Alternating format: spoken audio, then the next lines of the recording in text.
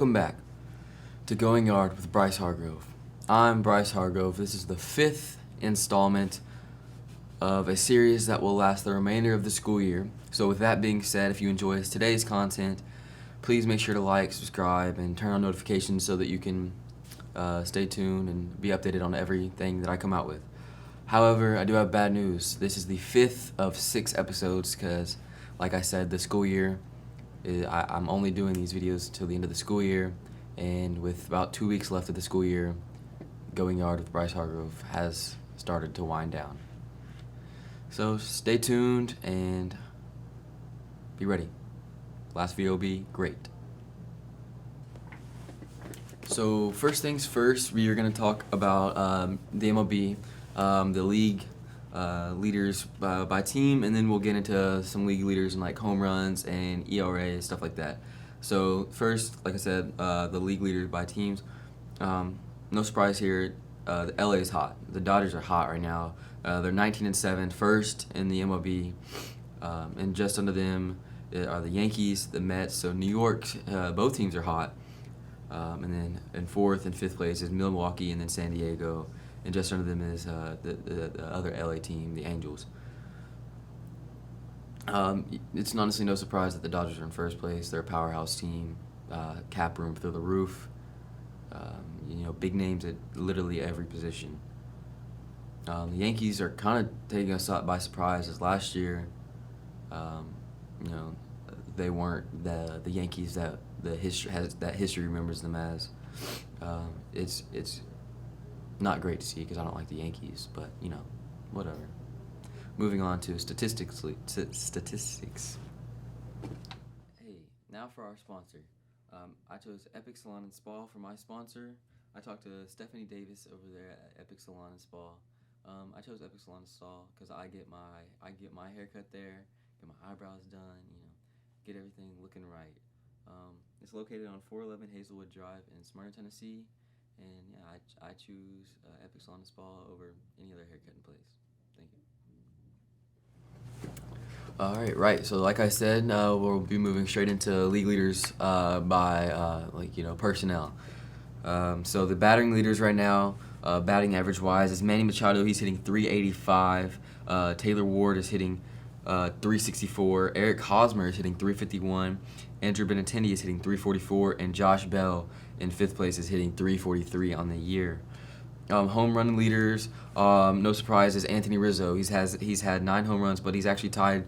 It's a 3-way tie for first with him, C.J. Cron, Byron Buxton. A 4-way tie, my bad, and Aaron Judge. All have 9 home runs, and then just under that is Willie Adames for the Brewers with 8 home runs. So a 4-way tie for first place with 9 home runs. RBI leaders are Jose Ramirez with 30 home runs, and then under him is Pete Alonso, Nolan Arenado, C.J. Cron, and Rowdy Tellez are your RBI leaders so far through the season in early May. Hits leaders, again, Manny Machado. He's the batting average leader, so he's got to be somewhere. Xander Bogaerts has 37 hits. Rafael Devers has 37 hits. Ty France also has 37 hits, so there's a 3-way tie for second place this time. And then under that is Cesar Hernandez with 36 hits. Stolen base leaders is the young Julio Rodriguez, the rookie on the Mariners, has 10 stolen bases, 2 more than the second place Jorge Mateo. And then Harrison Bader, Miles Straw, and Tommy Edman are all in a 3-way tie for 3rd place right now with 7 stolen bases.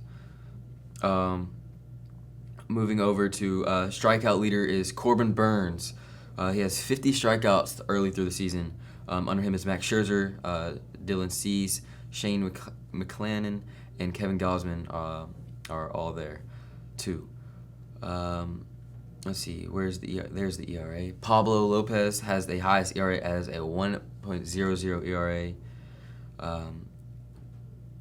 That's actually crazy. Wow. All right, and then like I've said in multiple previous videos, that I am a pretty big Braves fan.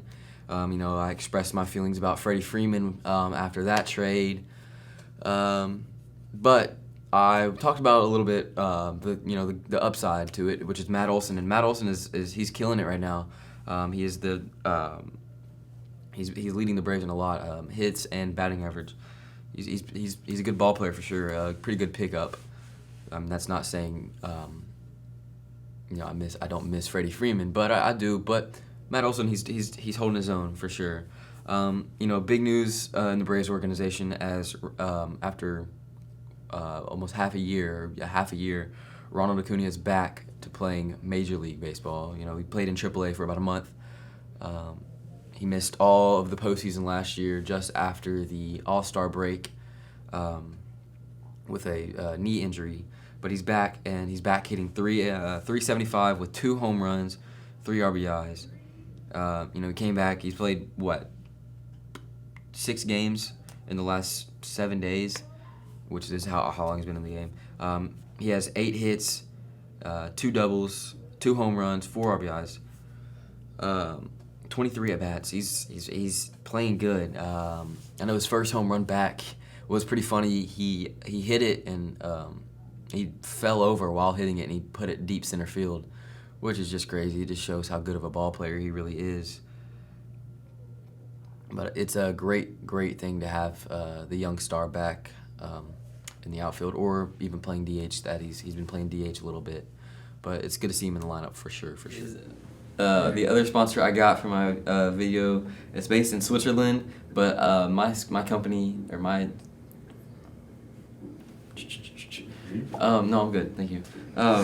Frankie is my other sponsor I got for this video series. I was based in Switzerland, but the sponsorship I have is from the Frankie Smyrna plant. It's an industrial manufacturer with companies located all around the world. Frankie has about 8,500 employees working in 72 companies in Europe, South and North America, Africa, Australia, and Asia. All right, so now we're gonna hop right back into college baseball that I've talked about in previous videos. Like I said, I've expressed that I'm a University of Tennessee fan, the real UT.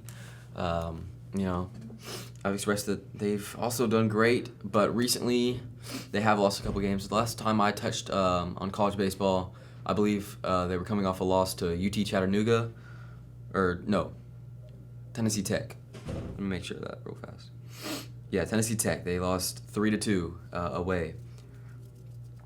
Since then, they've lost. They lost another game right after that, 6-3 to Alabama, and then they lost 8-6 to Auburn a couple weeks ago.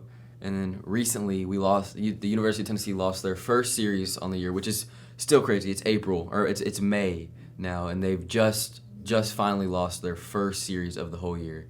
And that actually came to the unranked Kentucky, which is kind of a mind-boggler and very frustrating that we lose to Kentucky, because Kentucky's not by any means a baseball school. It's kind of surprising how that happened.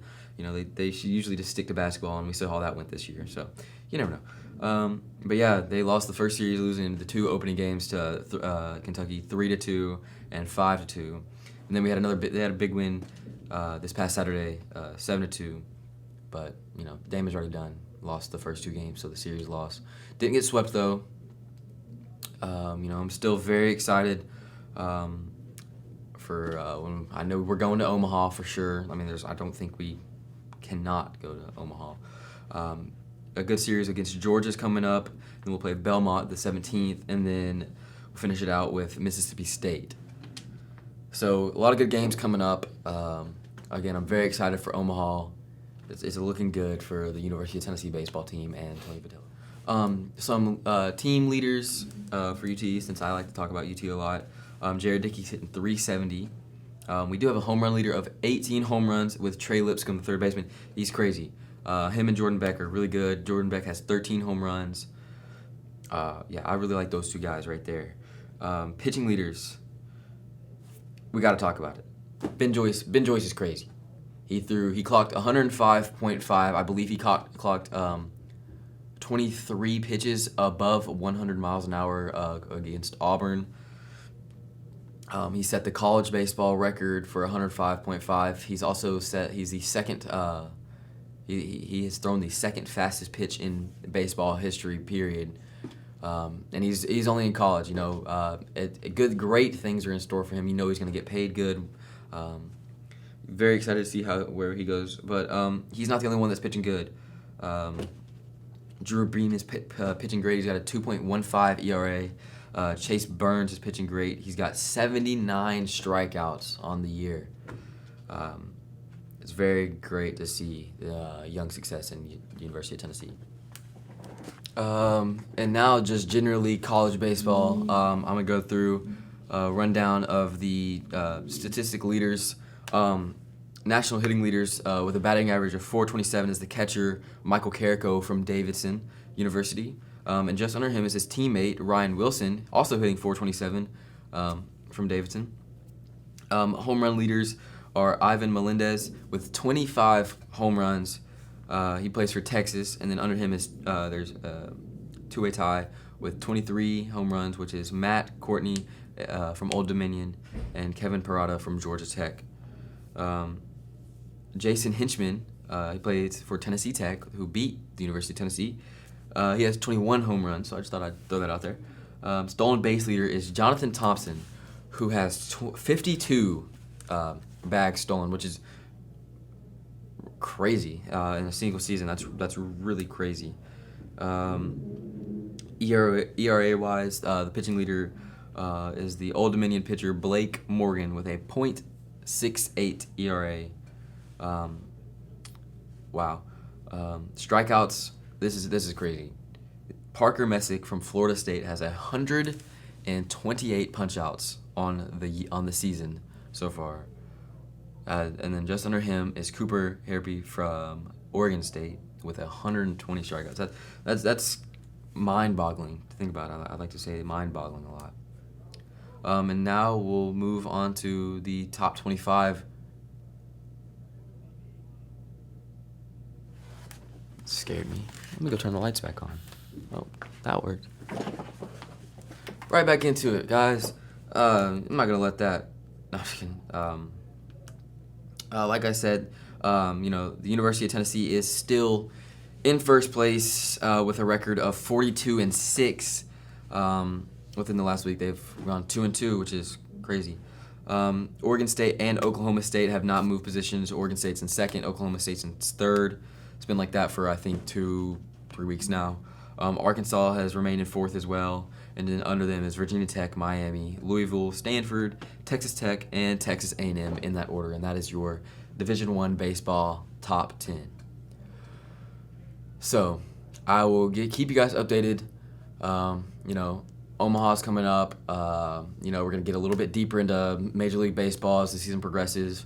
I'd imagine I have another video posted maybe by the end of this week, maybe next week, but it's coming. The 6th and final episode. It's going to be great.